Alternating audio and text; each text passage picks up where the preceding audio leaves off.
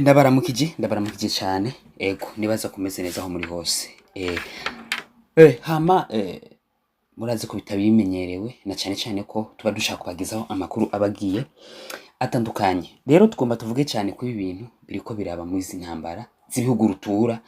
Ibihugu rutura novuga ko hariko haba intambara zikaze, ariko benshi bakavuga ko umwe wese ukumva avuga uruhande uwundi ukumva avuga uruhande.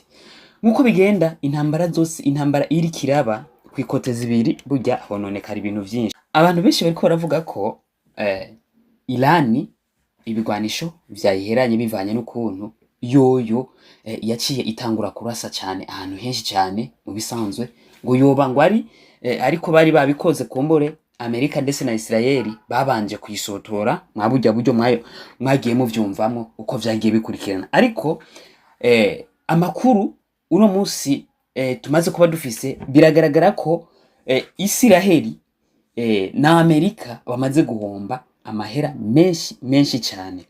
Abantu benshi bariko baravuga ko Irani yoba ari nyantege nke, yoba novuga ko yoba itoshobora yishoye mu ntambara idashobora gushobora, ariko systeme bariko bakoresha sinzi ko mwayibonye. Abantu benshi niba ariko barabona systeme Irani iriko irakoresha. Uno munsi hariho ibintu ibyo no kwitwa ibirindiro ndetse rutura, amaradare rutura Amerika agiye yubaka kumbure mu bihugu bitandukanye, kumbure igenda ishingaho ikintu. Ariko ico gihe Irani imaze kubibona uko yabanje ivuga ati ico tokora ntago dushobora kwishobora, ntidushobora gushobora Amerika canke se Israeli tutabanje kubanza kumenagura ayo maradare yose baronkera ko communication. Kumbure nico kintu ca mbere Irani yabanje gukora, ibanza iramenagura amaradare. Muri iyi minsi 6 imaze guhomvya Israeli na Amerika amamiliyoni n'amamiliyoni y'amadolari. Bivuga ko Irani iriko irakoresha ibikoresho biciriritse, niyo systeme iriko ikorerako, iriko ikoresha ibikoresho biciriritse mu kumenagura ibikoresho byubatswe ku mafaranga menshi bya Amerika mu duce tuba tugiye dutandukanye aho Amerika yagiye kumbure ishira ivyo bintu. Rero abantu benshi bakibaza ati none ibi bintu iriko ibikorera iki? Ni kugira ngo ibanze inetralize communication iri hagati ya Amerika mu tundi duce tuba twegereye cyane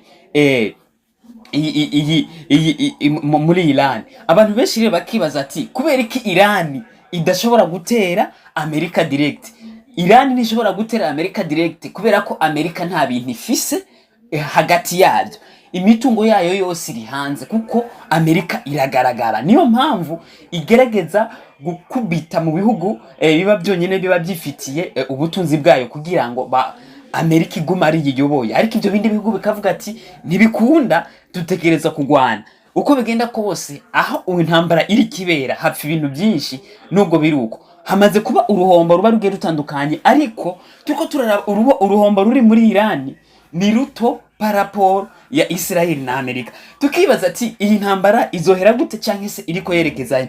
Abantu benshi bariko batanga imbono bivanye nuko babigiye bitandukanye, bariko baraba bivanye naho baherereye. Jewe nk'imbono yanje ngirageze kwanaliza, burya tuza gusanga isi yose izohava ishikirwa n'uruhombo, kuko tuvuga ko habaho ibihugu biba vyegamiye kuri Iran, hakaba n'ibihugu bavyegamiye kuri Israeli ndetse na Amerika.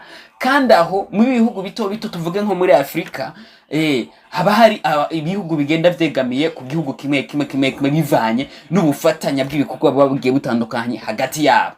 Kuko namba hariho ibintu byahora biva muri Iran gushika ubu ntibishobora kuva kubera ko ikirere kiriko kirakoreshwa mu bintu vy'intambara. Namba hari ibintu byahora biva muri Israeli bije mu cyo kindi gihugu naho nyene nuko. Rero tugabe na cyane ko dushobora kubura ibintu vyari vy'agaciro ku bihugu bidashobora kuba bironka igitoro nkuko bisanzwe. Igitoro kirashobora kubura kandi kikabura, abantu bakwiye kubitahura. Nuko rero abantu mumenye ko intambara iri kiraba, uruhombo ruraba ku mpande zose kubera ko bose baba ariko bararasa. Abantu benshi bagumye bavuga ngo none ko menga Irani ibigwanisho vyayiheranye, aho habonetse umushefu yatangaje muri Iran avuga ko ibikoresho kumbure vya nyabyo ntibirakora.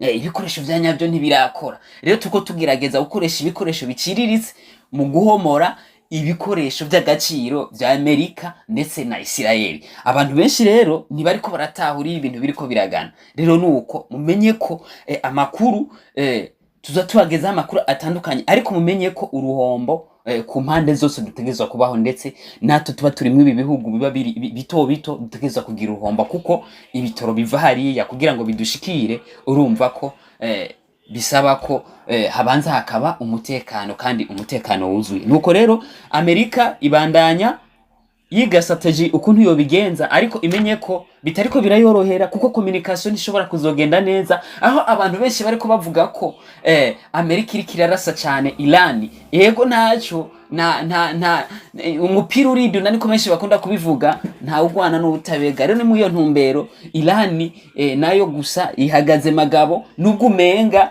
ibihugu bimwe biri mu gacerere, umenga nta gihugu na kimwe kihengamiye ku mugabane wa Iran turiko turaraba kiravuga, ariko ndazi ko ari byinshi birahari, kumbure hazogera igihe bivuge, aho hari byinshi biriko vyigaragaza mu gutinya Amerika ndetse na Isiraheli, batangura kuvuga amajambo atandukanye, banarukeka ubufasha babwe butandukanye, indege n'ibindi bitandukanye, kugira ngo bashobore kumbure kurimbura Iran. Ariko Iran ntibikunda, iricyahagaze magabo, na cyane cyane ko nubwo bariko barayirasa, ariko nayo irikirarasa cyane ku birindiro babwe bitandukanye, aho ikirindiro cyose, aho communication yose, aho cyo radar aho ziri hose za Amerika, kugira ngo babamene cyane, kugira ngo ntibave binjirirwa. Nuko rero Iran iri kirabikoramo, na cyane cyane ko kwivura umwansi bisa kubanza ukamuhera muri mwitumanako. Niyo system iri karokora. Rero tubandanya tubashikiriza ibiganiro, tuko tubatohoreza amakuru yimbitse kwa bino bintu, kugira ngo nimwave musanga muri ko murayoba, na cyane cyane ko abantu benshi bashobora kubitwara uko baba bishatse. Nuko mukomeze guheza gigo.